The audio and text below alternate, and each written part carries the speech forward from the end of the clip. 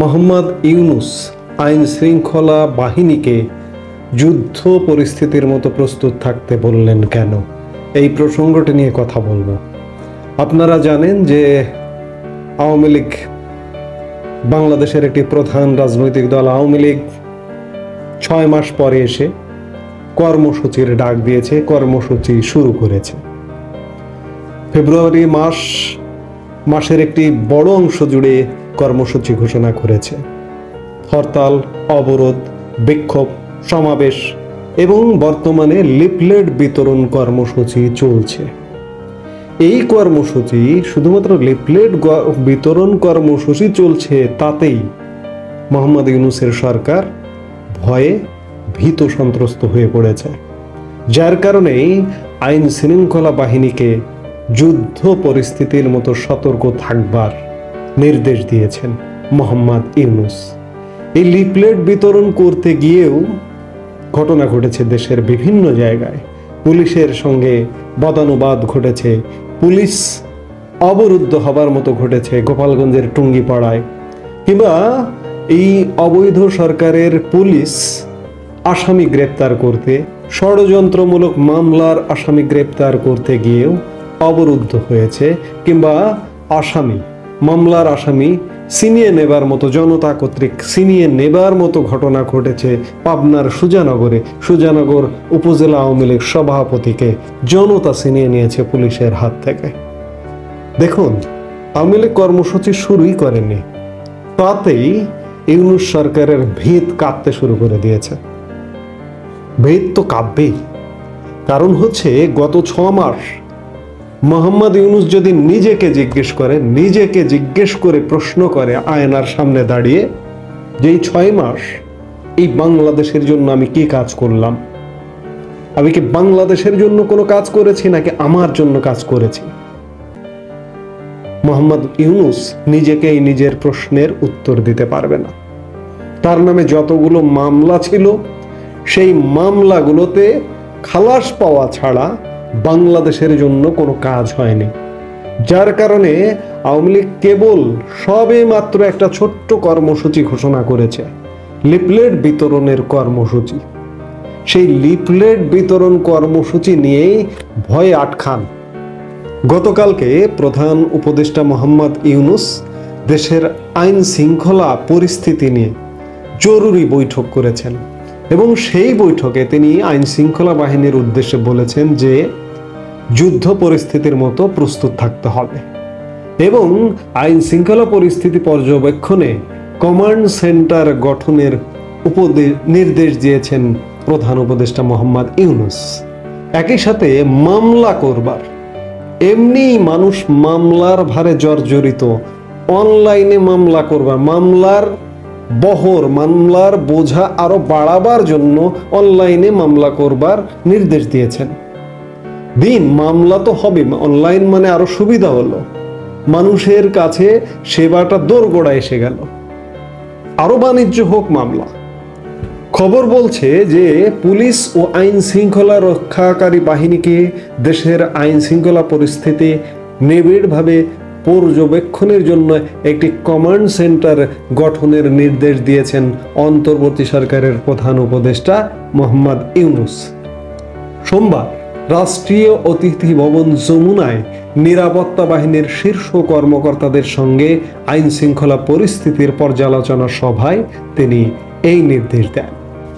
সভায় স্বরাষ্ট্র উপদেষ্টা লেফটেন্যান্ট জেনারেল অবসরপ্রাপ্ত জাহাঙ্গীর আলম চৌধুরী, প্রধান উপদেষ্টার বিশেষ সহকারী মোহাম্মদ খোদাবক্স চৌধুরী, স্বরাষ্ট্র সচিব নাসিমুল গনি এবং police, BGB, RAB, DMP, coast guard ও বিশেষ শাখার প্রধানরা উপস্থিত ছিলেন। অর্থাৎ বাংলাদেশে যতগুলো বেসামরিক বাহিনী আছে প্রায় সবাই উপস্থিত ছিলেন। শুধুমাত্র সেনাবাহিনীর বা সশস্ত্র বাহিনীর 3 বাহিনী ছাড়া প্রায় সবাই উপস্থিত ছিলেন। প্রধান উপদেষ্টা বলেন, নিরাপত্তা বাহিনীগুলোকে সর্বোচ্চ আধুনিক যোগাযোগ প্রযুক্তির ব্যবহার নিশ্চিত করতে হবে যাতে তারা দ্রুত পরিস্থিতি নিয়ন্ত্রণে আনতে পারে। আমাদের অবশ্যই একটি কমান্ড সেন্টার বা কমান্ড সদর দপ্তর স্থাপন করতে হবে যা পুলিশ ও নিরাপত্তা বাহিনীগুলোর মধ্যে সমন্বয় সাধন করবে। অর্থাৎ ইউনূস সরকারের ব্যাপক টনক নড়ে গেছে, ইতোমধ্যে ব্যাপক ভীতির সঞ্চার হয়েছে এবং ইউনূসের মুখপাত্র প্রেস সচিব সন্ধেবেলা গতকাল আরেকটি প্রেস কনফারেন্স করে তিনি বলেছেন যে লিফলেট বিতরণ যারাই করবে তাদেরকে গ্রেপ্তার করা হবে। অর্থাৎ আর একটা জনবিরোধী এই ধরনের কাজ ইউনূস সরকার কিংবা ইউনূস সরকারের পক্ষ থেকে যত করা হবে তত একটা যুদ্ধাংদেহী অ্যাটিটিউডে মানুষ আসবে।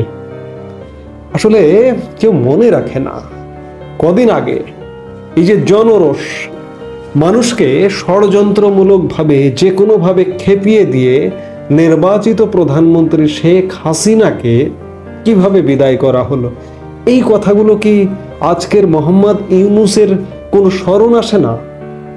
অনির্বাচিত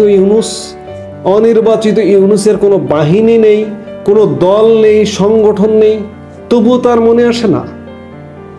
অবস্থা দৃষ্টে মনে হচ্ছে শেখ হাসিনার পতন বা শেখ হাসিনা যেভাবে বিদায় নিয়েছিলেন তার থেকেও একটা ভয়াবহ পরিণতির দিকে যাচ্ছে দেশ।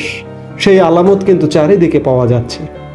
বিভিন্ন জায়গায় আওয়ামী লীগ, শুধু আওয়ামী লীগ না, আজকে এই সংগ্রাম মুখর পরিবেশটি, এই পরিস্থিতিটি দেশের স্বাধীনতা সার্বভৌমত্ব রক্ষার পরিস্থিতি হয়ে দাঁড়িয়ে গেছে। আজকে সব মানুষ মুক্ত চিন্তার, যারা স্বাধীনতা মুক্তিযুদ্ধকে ধারণ করে, যারা মুক্তিযুদ্ধকে লালন করে, একমাত্র জঙ্গি জিহাদি ছাড়া তারা প্রত্যেকে এক বাক্যে স্বীকার করছে দেশের পরিস্থিতি ভয়াবহ, যুদ্ধাংদেহী অ্যাটিটিউডে ক্রমেই যাচ্ছে এবং ইউনূস সরকার এটি বুঝতে পারছে। যার কারণে আইন শৃঙ্খলা বাহিনী, সব বাহিনী নিয়ে বৈঠক করেছে শুধুমাত্র আওয়ামী লীগের একটি লিফলেট বিতরণকে কেন্দ্র করে। কাজেই আওয়ামী লীগ যদি এইভাবে কর্মসূচি করতে থাকে, হ্যাঁ, নেতাকর্মীরা বিপদে পড়বে। সাময়িক জেল, জুলুম, অত্যাচার সহ্য করতে হবে। সহ্য না করলে তো বিজয় আসবে না। আর এই যে ইউনূসের মুখপাত্র প্রেস সচিব যেটি বললেন যে গ্রেপ্তার করা হবে, ভাইরে আমি বারবার বলি, কতজনকে গ্রেপ্তার করবে? বাংলাদেশের জেলের ধারণ ক্ষমতা কত? আমি অসংখ্য ভিডিওতে এই কথাটি বলেছি। 1 লক্ষর বেশি রাখা যাবে না। মাত্র 42,500 ধারণ ক্ষমতা বাংলাদেশের 68টি জেলে। সেখানে দ্বিগুণের বেশি যদি রাখা হয় 1 লক্ষ সর্বোচ্চ। এখনই প্রায় 70-80 হাজার আছে। কতজনকে অ্যারেস্ট করবে? কতজনকে গ্রেপ্তার করবে?